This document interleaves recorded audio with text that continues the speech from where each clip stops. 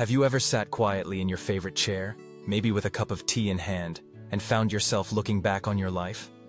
Not just remembering, but really feeling the weight of the years, the joys, the sorrows, the paths taken, and the ones left unexplored? If you have, you're not alone. In fact, by the time most people reach their 80s, there's one regret that seems to echo louder than the rest. It's not about money or fame or even the mistakes they've made. It's about time. How it was spent, how it slipped away, and what truly mattered in the end.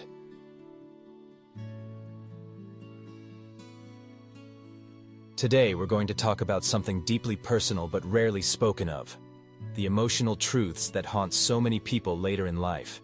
These aren't just regrets. They're lessons, wisdom wrapped in the quiet ache of hindsight. And if you're listening to this, no matter your age, there's still time to reflect, to adjust, and to find peace with the life you've lived, and the life you still have ahead. So let's begin with the first truth, the one that so many people whisper when they look back.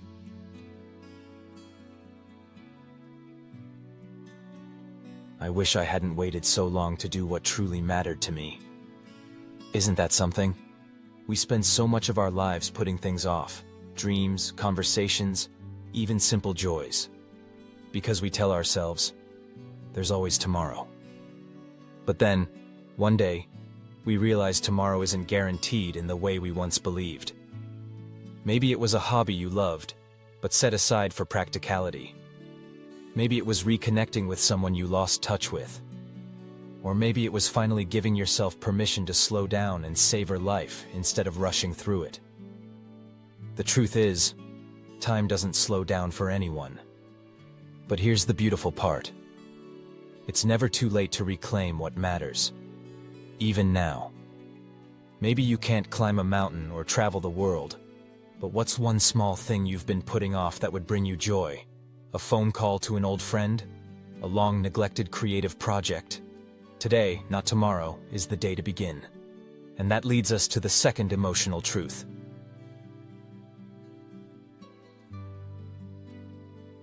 I wish I had been kinder to myself. So many of us carry this quiet burden of self-criticism, as if we were supposed to have all the answers, to never stumble, to always be strong. But life isn't like that. It's messy, unpredictable, and full of moments where we did the best we could with what we knew at the time. Looking back, people often say, "Why was I so hard on myself?" Think about it. If your dearest friend came to you with their regrets, their doubts, their struggles, would you scold them? Or would you offer them kindness, understanding, and grace? You deserve that same compassion, from yourself. The past is written, but how you hold it in your heart today can still change. So take a deep breath. Let go of the should-haves and if-onlys. You are here now, and that is enough. Now, before we move forward, I want you to take a moment to think about these two truths. Let them settle in your mind. And if you're feeling ready, we'll continue with the next ones, because this conversation is just beginning, and there's so much more peace to be found in these reflections.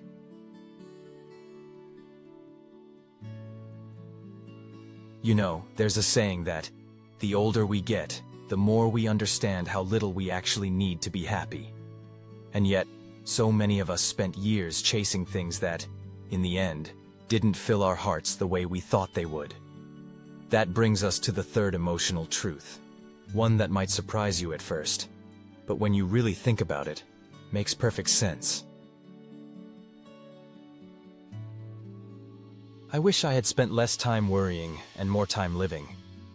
How many nights did we lose to sleepless worry? How many sunny afternoons were clouded by anxious thoughts about things that never even happened? Worry is a thief.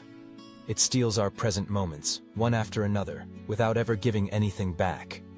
And yet, when people look back, they rarely say, "I'm glad I worried so much." No. What they remember are the moments they let go and simply lived. The laughter shared, the quiet mornings savored, the risks taken. Now, I'm not saying you can just flip a switch and stop worrying altogether. But what if, starting today, you gave yourself permission to set down just one of those burdens? What if, instead of agonizing over what might go wrong, you focused on what's going right in this very moment? The warmth of the sun through the window, the sound of a loved one's voice, the simple pleasure of a deep breath. Those are the things that stay with us. Those are the things that matter. And that leads us to the fourth truth, perhaps the most poignant of all.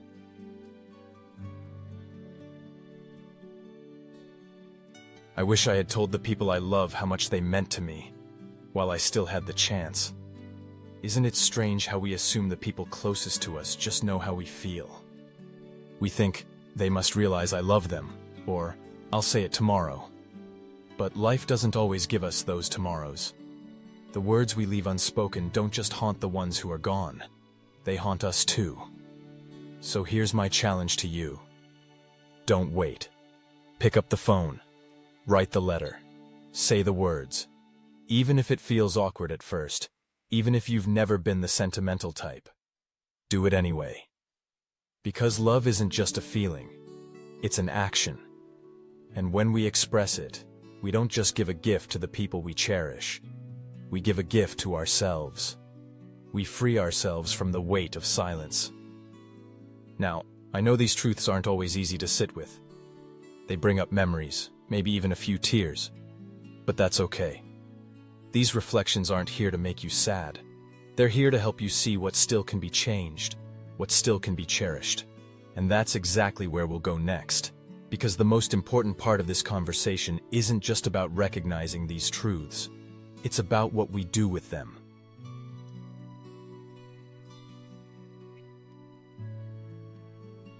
You've probably noticed something about these truths by now. They aren't really about regret at all. Not in the way we usually think of it. They're about love. Love for the life we've lived. Love for the people who've walked beside us. And yes, even love for ourselves. Flaws, stumbles, and all. And that brings us to the heart of the matter. What do we do with this wisdom? You see, the beautiful thing about life is that it's never too late to make a shift, to soften an old wound, or to find joy in ways we never expected. Maybe you can't go back and change the past, but you can decide how you carry it forward. Let's start with something simple. Forgiveness. So many people reach their later years carrying grudges, against others, against themselves, even against fate. But holding on to resentment is like drinking poison and hoping the other person gets sick. It only weighs you down. I'm not saying what happened was okay, I'm saying you deserve to be free from it. So think of one thing, just one, that you've been holding on to.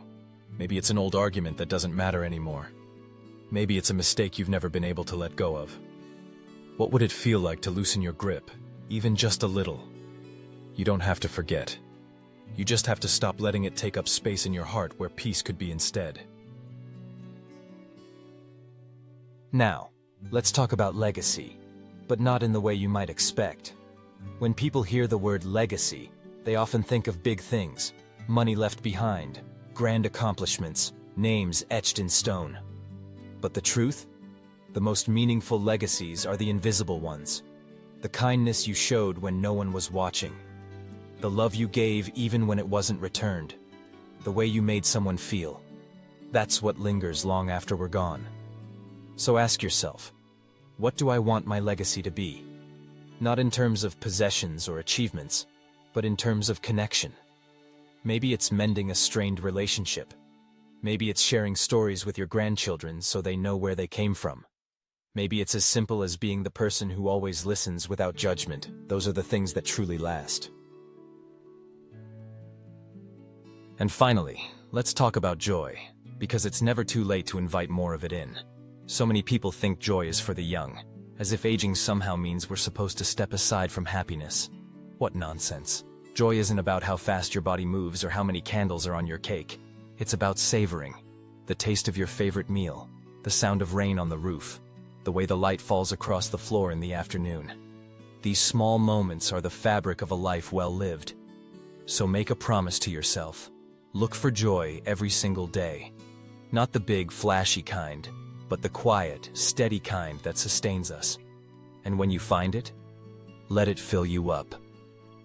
As we wrap up, I want you to remember this. Regret doesn't have to be the end of the story. It can be the beginning of something new, a deeper appreciation for the time you have, a clearer sense of what truly matters, and a gentle nudge to live the rest of your days with intention and love.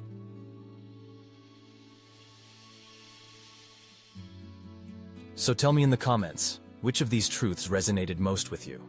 What's one small change you'll make today to honor the wisdom you've gained? And if this video brought you some peace or a new perspective, share it with someone who might need to hear it too. Because here's the truth: no one tells you. The best years aren't behind you. They're the ones you're living right now. Thank you for being here. And remember, no matter your age, your story isn't over yet. It's just becoming richer.